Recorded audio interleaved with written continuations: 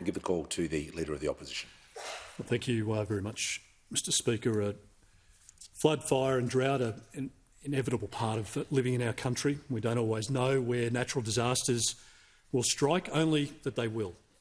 That inevitability does nothing, though, to diminish the shock and the sadness of the crushing news that Australians have lost their lives during these latest floods.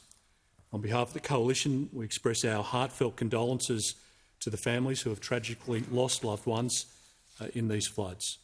It has been an incredibly tough time for people in Victoria, in New South Wales, in Tasmania and Queensland. And as we know, in some places, thankfully, the waters are receding. But in other places, they're rising. And Australians are entering, going through or emerging from their darkest hours.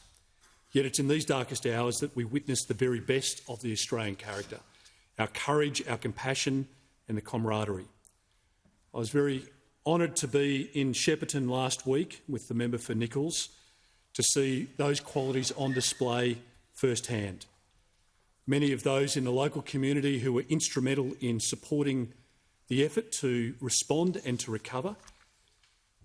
People who were volunteers, just ordinary Australians working for GV Cares and the Salvos, distributing food and necessities to families who were isolated and had gone without.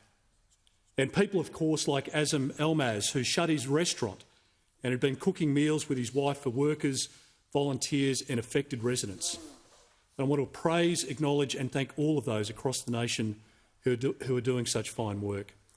The emergency service workers, the police, the first responders who always come to the aid of communities, especially those who have crossed borders to help their brothers and sisters in uniform. The men and women of the Australian Defence Force who answer the call on every single occasion, injecting hope and confidence when they move into towns. And the local councillors, the community leaders and the volunteers who assist others while their own homes have been inundated. Your combined efforts have seen people rescued, food and medical supplies provided to those cut off, and homes and businesses saved. Particularly, I want to acknowledge the efforts of the members for Parkes, for Riverina, for Lindsay, Mallee, Farrer, Braddon and Bass, who are currently supporting or have supported in recent times their communities due to flooding.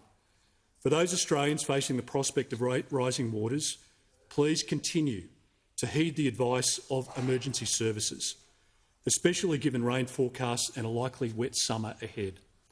Long after the waters have receded, the clean-up has commenced and the cameras have moved on, communities will need ongoing support for the slow and costly recovery.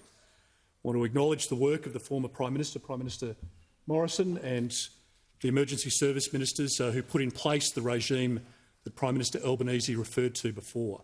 The support that we provide to communities, hand in glove with our state counterparts and local government authorities. That support makes a real difference in the hours, the days, the weeks and the months in the aftermath of these natural disasters. Infrastructure and homes will need to be rebuilt, fences replaced, roads repaired. And in the aftermath of a disaster, Australians can feel like they're on their own, that they've been forgotten by governments. The Coalition encourages governments at all levels to be generous in the assistance they offer, and we provide our bipartisan support to the Prime Minister, to the government, to see that support delivered in an effective way to those affected by this natural disaster. Not just in the current response phase, but also in the all-important recovery phase, as I say, over the days, months and in some cases, many years ahead.